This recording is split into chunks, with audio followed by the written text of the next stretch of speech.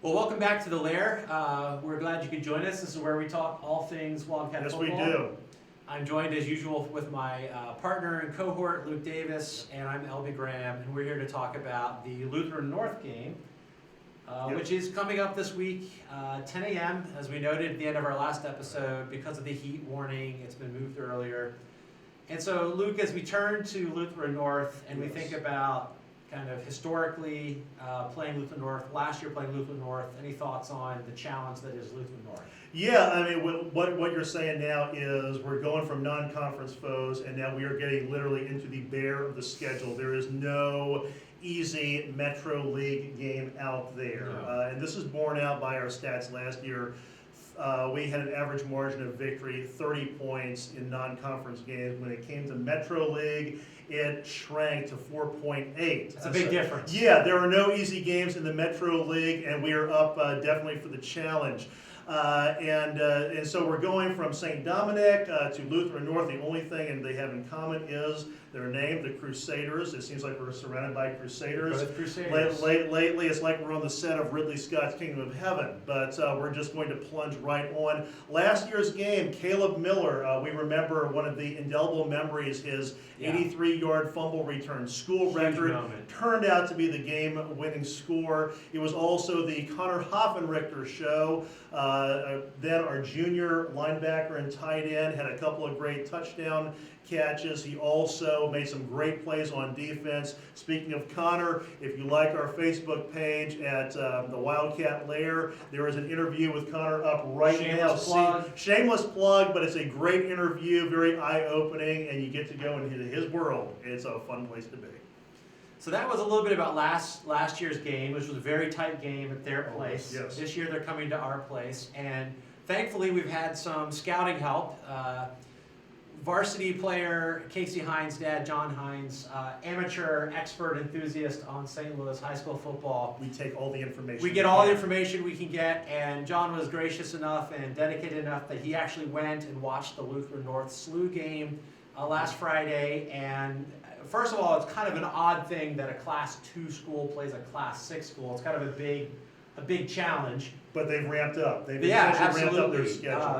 It's a great thing. They took on a huge challenge with SLU. They had some success early, scored a touchdown, but then were just overmatched in a lot of ways. But what he noted was that they're a big team, they're a physical team, they have a lot of athleticism, they've got a quarterback transfer who's got a lot of pocket skills, kind of reminded him more of Bognar from last year, liked to stay in the pocket and pass. They've got a nose tackle who's a big guy, blocks up the center of the defensive line. They've got size. Right, they've got lots of size and athleticism, and they're going to be a challenge for us in a way that Festus and St. Dominic just weren't in terms of sheer athleticism and size, and that'll be a challenge. But numerically, not a lot of kids on the team. And one of the concerns might be, just given the heat of the day, just kind of do they have the numbers to keep up? Yes, it was going to be a challenge, I think, anyway, with conditioning when you dress out 30, 40 players. That SLU High School just had twice that many. And it's keep sending in new blood when they get tired. It's hard to keep up with that.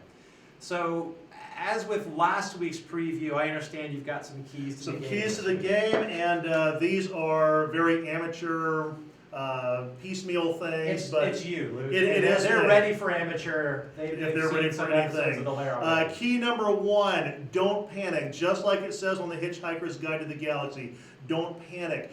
Lutheran North, even they're 0-2, throw that record out the window. And yet, if they get a quick strike score, they have a habit of doing that. They were up 13-0 on Clayton early. They scored an early touchdown against SLU High.